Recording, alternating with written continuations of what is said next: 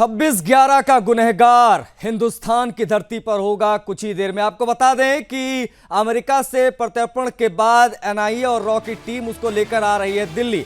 26/11 मुंबई हमले का बड़ा साजिशकर्ता तहव्वुर राणा। एनआईए की पूछताछ में खुल सकते पाकिस्तान के गहरे राज।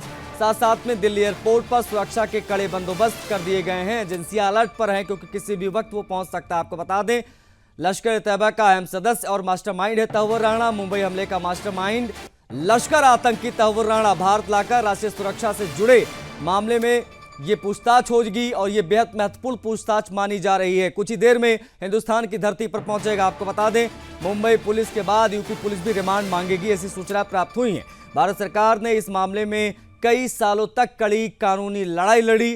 ट्रंप के राष्ट्रपति बनने के बाद में प्रत्यर्पण की राह आसान हुई। तहव्वुर राणा अमेरिका में गिरफ्तारी से बचने के लिए लगातार प्रयास कर रहा था, छिपा हुआ था। आन वक्त में भी उसने सुप्रीम कोर्ट में याचिका लगाई थी, लेकिन उस याचिका को खारिज कर दिया गया और अंततः भारत को इस आतंकवादी को सौंप दिया गया है। एनआईए और रॉ की टीम अमेरिका गई और वहां से इसको एक स्पेशल विमान के माध्यम से लेकर आया जा रहा है। किसी भी वक्त ये दिल्ली में लैंड करेगा।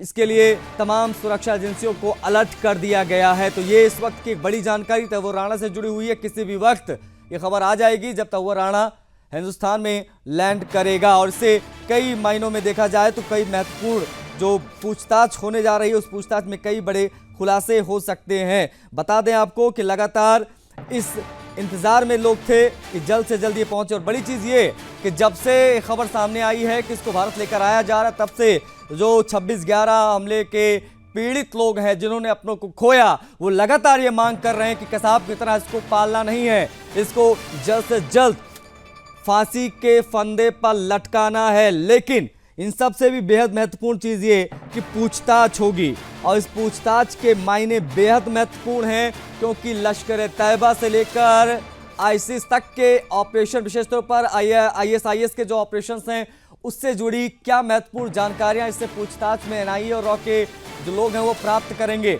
वो देखने वाली बात होगी।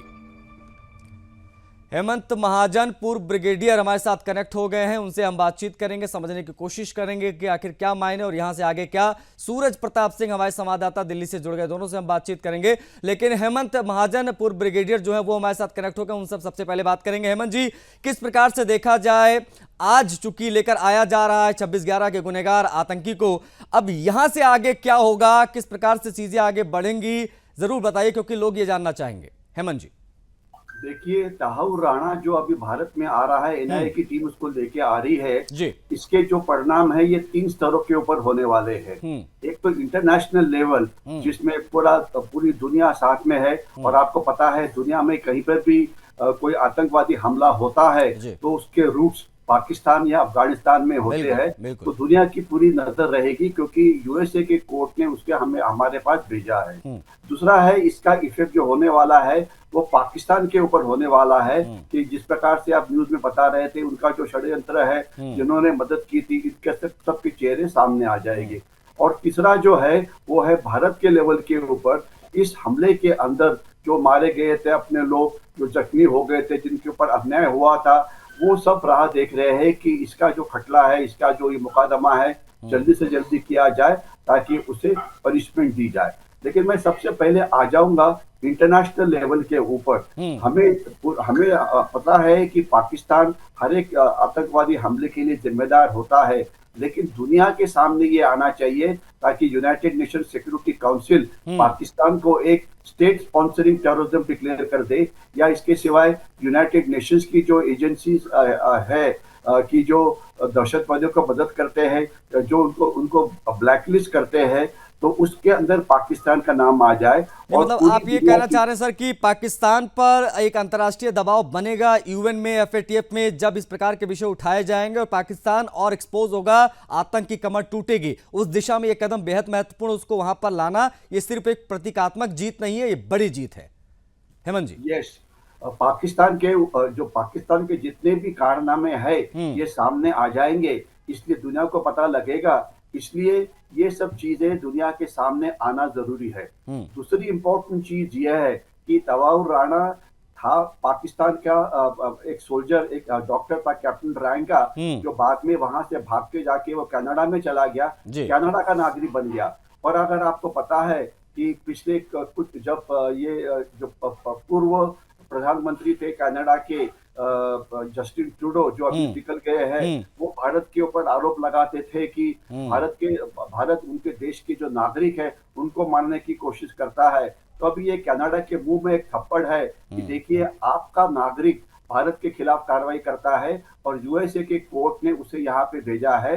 तो ये कनाडा के लिए थप्पड़ है और पूरी दुनिया के लिए ये पता लग जाएगा कि भैया ये इस प्रकार की जो साजिश है, इस प्रकार का जो ये है कि तकरीबन मेरे ख्याल से 30-40 बार यहाँ पे आया था डेविड हेडले के साथ इसने। ठीक है हेमंत जी, मैं हेमंत जी सॉरी टू इंटरप्ट यू, मैं लौटूंगा क्योंकि आप बेहद महत्वपूर्ण जानकारियां दे रहे हैं, लेकिन 26/11 के जो असली गुनहगार हैं, क्या उन तक पहुंचने की दिशा में भी ये बेहद महत्वपूर्ण कदम है? हम हाफिज सईद की बात कर रहे हैं, हम 92 के बम ब्लास्ट के आरोपी, हम दाऊद इब्राहिम की बात कर रहे हैं। इसको पकड़ने की बड़ी बातें होती हैं, लेकिन इनके ऑपरेशंस किस प्रकार से होते हैं, विशेष तौर पर लश्कर तैयबा के, आईएसआईएस के, इन सभी को लेकर पूरी जानकारियां मैं आपसे जरूर लूंगा, दर्शकों तक पहुंचाऊंगा। लेकिन आप बने रहे सर हमारे साथ। सूरज प्रताप सिंह हमारे संवाददाता दिल्ली से कनेक्ट हो गए, उनसे अपडेट हम ले लेते हैं, उसके बाद में हेमंत जी लौटूंगा, आपसे बातचीत करूंगा। सूरज प्रताप, क्या जानकारियां, क्या अपडेट्स इस वक्त की, कब तक पहुंचेगा यह आतंकी दिल्ली, और क्या व्यवस्थाएं की गई, सुरक्षा अलर्ट किस प्रकार का, क्या जानकारी? देखिए आशीष, मैं आपको बता दूं कि हिंदुस्तान का सबसे बड़ा दुश्मन तैयूर राणा कुछ ही देर में हिंदुस्तान में होगा। हालांकि एक जो ऑफिशियल टाइम है वो सामने नहीं आ पा रहा, क्योंकि कहीं ना कहीं एनआईए नहीं चाहती कि ये बात मीडिया में आए या फिर कोई भी उसके आने की फुटेज जो है मीडिया में आए। इसके पीछे कहीं ना कहीं सुरक्षा एक बहुत बड़ी वजह हो सकती है। लेकिन मैं आपको बता दूं कि 2 से 3 घंटा का समय और है, जिसके बीच में कहीं ना कहीं तैयूर हिंदुस्तान में आ जाएगा। और जैसे ही हिंदुस्तान की टेरिटरी में तैयूर राणा आएगा, एनआईए औपचारिक रूप से उसकी गिरफ्तारी करेगी और उसके बाद एनआईए मुख्यालय लेकर चले जाएंगे।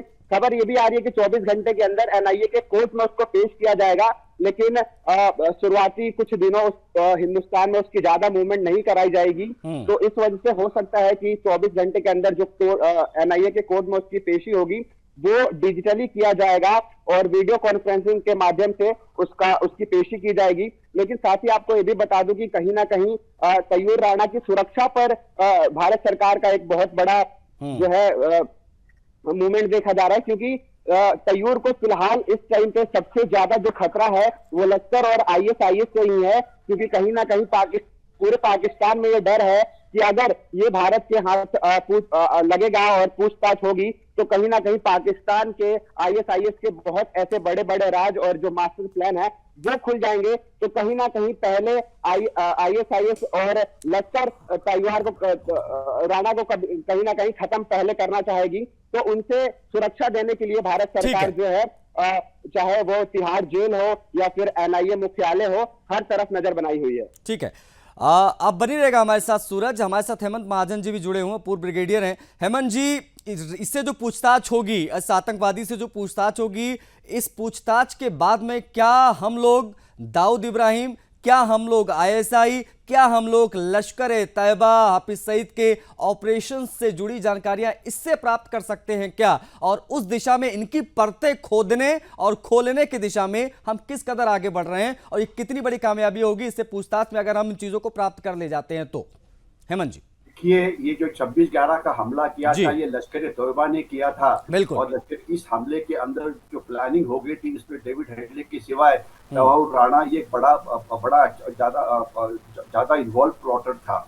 तो इसको इसने आईएसआई ने किस प्रकार से कार्रवाई की, आईएसआई ने प्लानिंग कैसे की, एग्जीक्यूशन कैसे की, ये दहशतवादी जो पाकिस्तान से निकले वो वहां से किस प्रकार से निकले, जो बाद में उनको एक कुबेर नाम की जो एक हमारी इंडिया की बोट मिली उसके अंदर वो कैसे घुसे, उसके बाद वो लैंड कैसे हुए, ये लैंडिंग जब कुलाबा में लैंडिंग हुई तो और कुलाबा में लैंड होने के बाद ये दहशतवादी होटल्स की तरफ गए, उन्होंने 3 दिन बॉम्बे के अंदर जो वायलेंस किया ये पता है। तो ये इस प्रकार की जो कार्रवाई करते हैं, तो इस प्रकार की कार्रवाई में उनको बहुत सारा सपोर्ट स्टाफ लगता है, बहुत सारे लोग मदद करते हैं। कुछ लोग पैसे देते हैं, कुछ लोग हथियार देते हैं, कुछ लोग इंटेलिजेंस। छोटा सा सवाल सर और है हेमंत जी, क्योंकि मैं क्लोज करने जा रहा हूँ। छोटा सा सवाल ये है, अमेरिका ने जो किया जिस प्रकार से प्रत्यर्पण इसका हुआ, इसके बाद क्या चाइना और पाकिस्तान को भी कड़ा संदेश गया है क्या इस मौके पर? छोटा सा जवाब सर, हेमंत जी।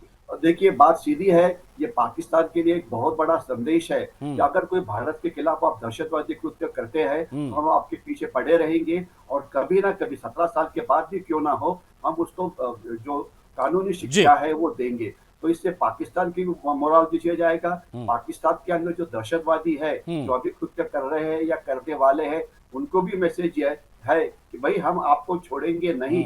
1 साल हो, 2 साल हो, फिर अल्टीमेटली इंडिया के पास इतनी ताकत है कि अगर आप कनाडा में जाके छुपते हैं, आप अमेरिका में जाके छुपते हैं, आप यूरोप में जाके छुपते हैं, हम वहां से और सबसे बड़ी चीज सर ये है कि पाकिस्तान अंतर्राष्ट्रीय मंचों पर बेनकाब हमेशा से होता रहा है और उसके बाद और ज्यादा बेनकाब होगा। बहुत आभार आपका सर, आपने समय दिया, जुड़े आप, बहुत शुक्रिया आपका। हमारे साथ में सूरज प्रताप सिंह हमारे संवाददाता दिल्ली से जुड़े रहे। सूरज, आपका भी बहुत शुक्रिया तमाम अपडेट्स के लिए, तमाम जानकारियों को साझा करने के लिए। तो बड़ी खबर यह है कि किसी भी वक्त अगले 3 से 4 घंटे के वक्त, जैसा कि अभी सूरज ने बताया कि वो दिल्ली में उतरेगा, उसके बाद में जो भी चीजें होंगी, किस प्रकार से उसका ट्रायल होगा, क्या पूछताछ होगी, हर एक अपडेट सबसे पहले हम आप तक पहुंचाएंगे। इस बुलेटिन में फिलहाल इतना ही।